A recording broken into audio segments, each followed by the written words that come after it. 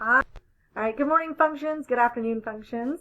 Go ahead and do this warm up. It should take you probably about 7 minutes to complete this.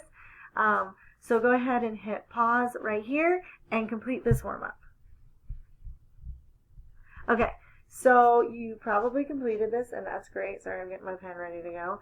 All right, so remember to find the cosine. Cosine is the adjacent over the hypotenuse. We're looking at angle F, so that is right here, and the adjacent side, and we're going to call that side B. So to find that, you do 10 squared plus B squared equals 17 squared. 10 squared is 100 plus B squared plus 289. Subtract, let's go back. Yeah. Subtract 100 from both sides, and you get B squared is equal to 189. So you now need to take the square root of both sides. So you take the square root of both sides. I think I just said that, but I hit pause. Sorry, guys.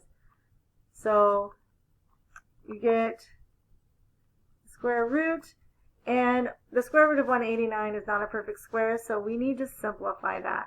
So you simplify that by dividing by perfect squares and pulling those out.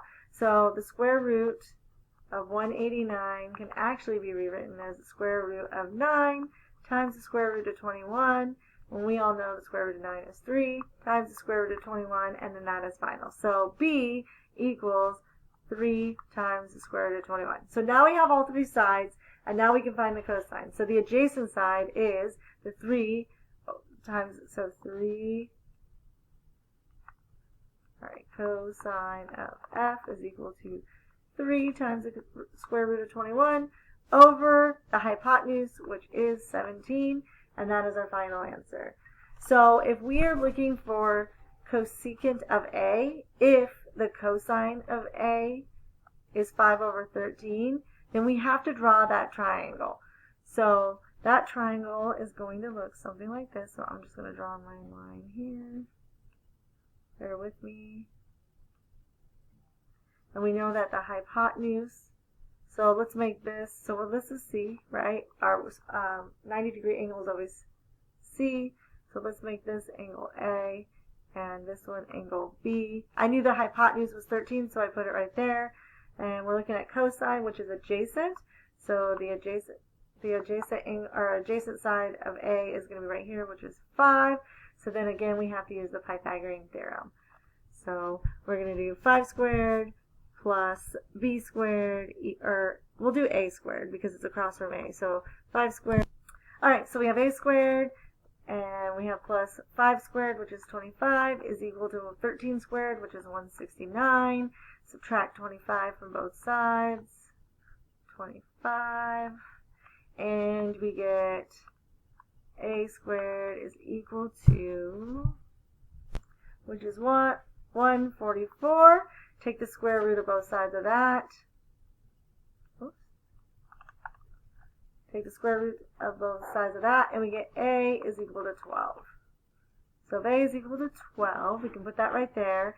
And if we are looking at cosine, secant is what is the reciprocal of cosine. So then cosecant is the reciprocal of sine. And so that is going to be the hypotenuse over the opposite side. And the hypotenuse is 13, and the opposite side of A is 12, which is what we just found. So make sure you have gotten that in your notes. Make sure this is something that you can do. Don't forget, second and third period, this test is going to be on Friday. So hopefully this was something you were able to do in that 7 minutes. And we're going to go ahead and go on to the next slide. So what I would like you to do is go ahead and get this down in your notes. We're going to plot the point, the square root of 3, -1, and then we're going to find all 6 trig functions. So to start with, I would like you to hit pause and give the students about 2 minutes to plot the point, the square root of 3 minus 1. So go ahead and hit pause. Okay, so those of you that did plot it, you should have figured out that the square root of 3 is a crazy number, but it's going to be really close to a little over 1.5. And since we're not really, these isn't a great graph, so we're going to go where x is about 1.5, so it's going to be about right here, and y is -1. So we're going to put our point right here. And then remember, we have to draw our ray from the origin right here. And hopefully yours looks just as good as mine. And then we're going to go from that point right here to our dashed line. And we have it. So then we know that this side length is the square root of 3. This side length is negative 1. And we have to figure out what our hypotenuse is on this upside down weird triangle, right? Because our right angle is right there. So hopefully you can see all of that. So let's go ahead and do that. So we are going to do the square root of 3. That's a 3, trust me, squared, plus negative 1 squared, and it's going to be equal to, we'll just call this C. So C, oh no, we'll call it R. We have our new letters. So here, let me fix that. I forgot. We're fancy big people that know how to use trig letters, not geometry ones. Sorry. We'll call that one R.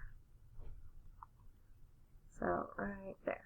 Okay, so I don't have to fix this one. Let's see if I can make this C look like an R. No, nailed it. Okay, so we have an R. All right, the square root of 3. Remember, whenever we square a square, whenever we, okay, well, we can do this. Whenever we square a square root, those cancel out.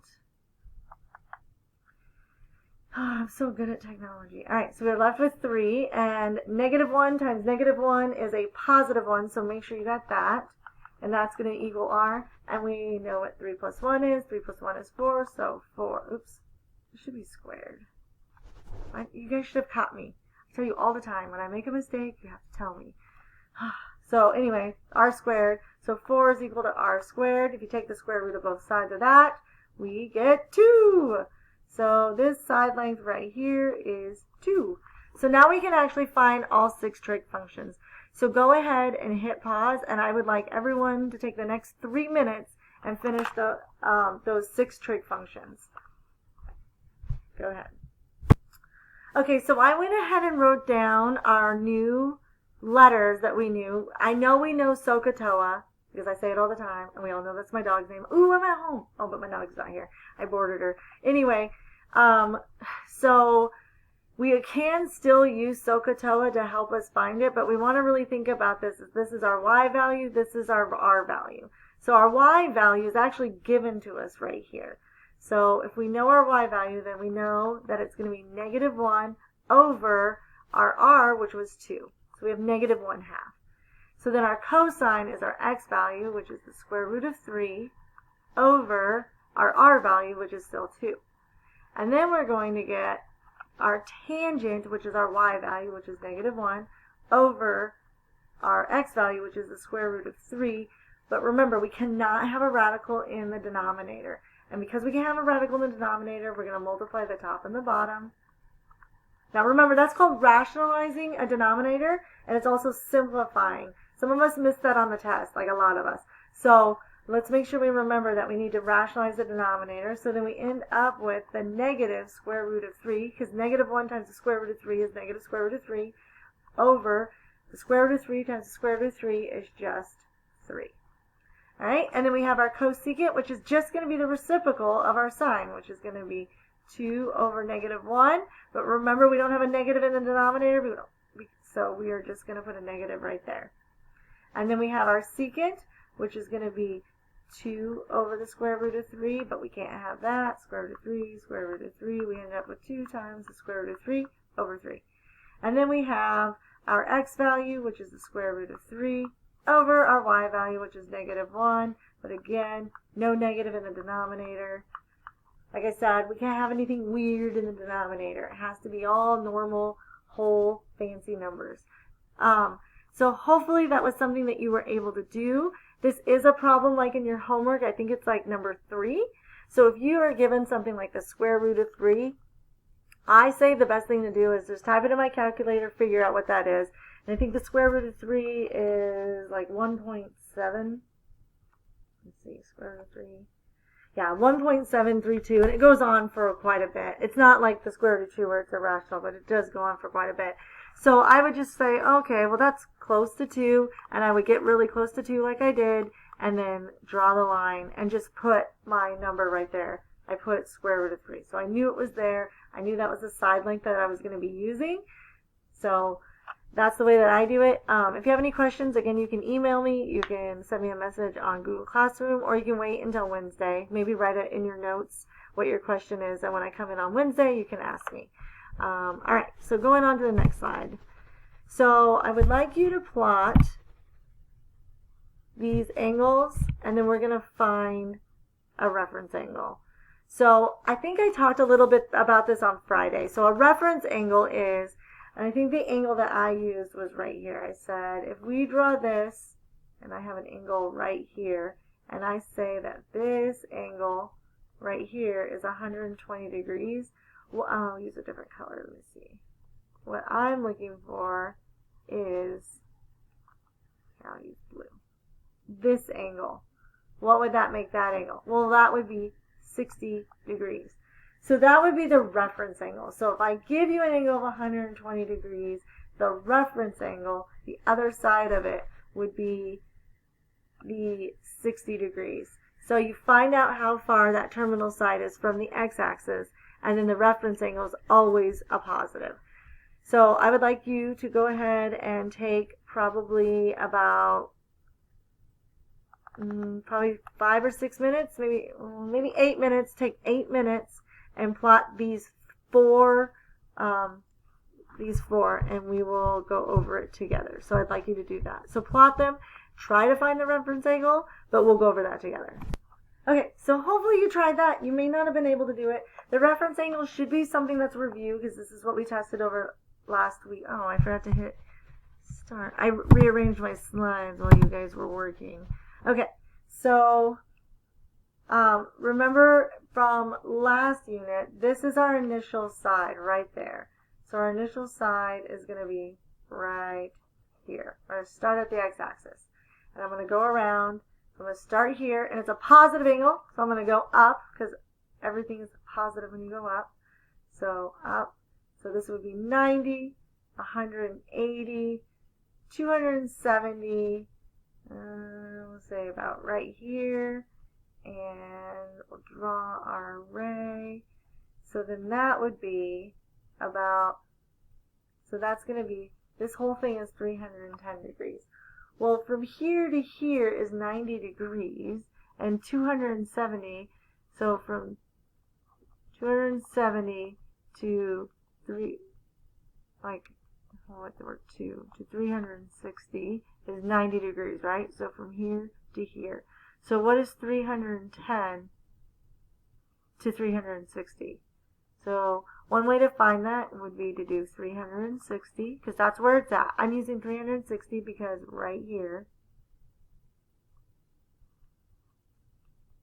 So that would be what? 50 degrees? Oops, minus. That's supposed to be minus. 310. So that would be 50 degrees. So if I put 50 degrees, let's use a different color.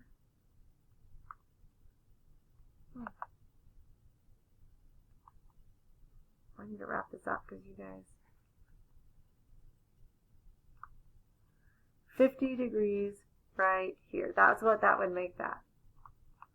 Alright, so hopefully you now can do the rest of them, and I will let you see the next few slides, which will have the answer. Okay, so hopefully you were able to figure out most of these. This one I feel like is a little bit easier. You draw your reference angle of 310. So you start at the initial side, you go 90, 180, 270, 310, and the difference, so if we were to go all the way around, it would be 360. So I did 360 minus 310, and that has a 50 degree difference. So then that reference angle is going to be 50 degrees. And when we look at the next one, there we go, 100 degrees. Again, you go start on your initial side, 90, 10 degrees more. And then I knew that this was the 180 degrees was going to be the closest to the x-axis. So I did 180 minus 100, which is 80 degrees, because if I go 80 more degrees, I go down to the x-axis. So my reference angle is 80 degrees. Now this one was a little bit tougher. So I have 3 seconds to tell you. All right, negative 290, you graph it, then you solve it. I know that if I go all the way down to the x-axis, it'll be negative 360. So then you add that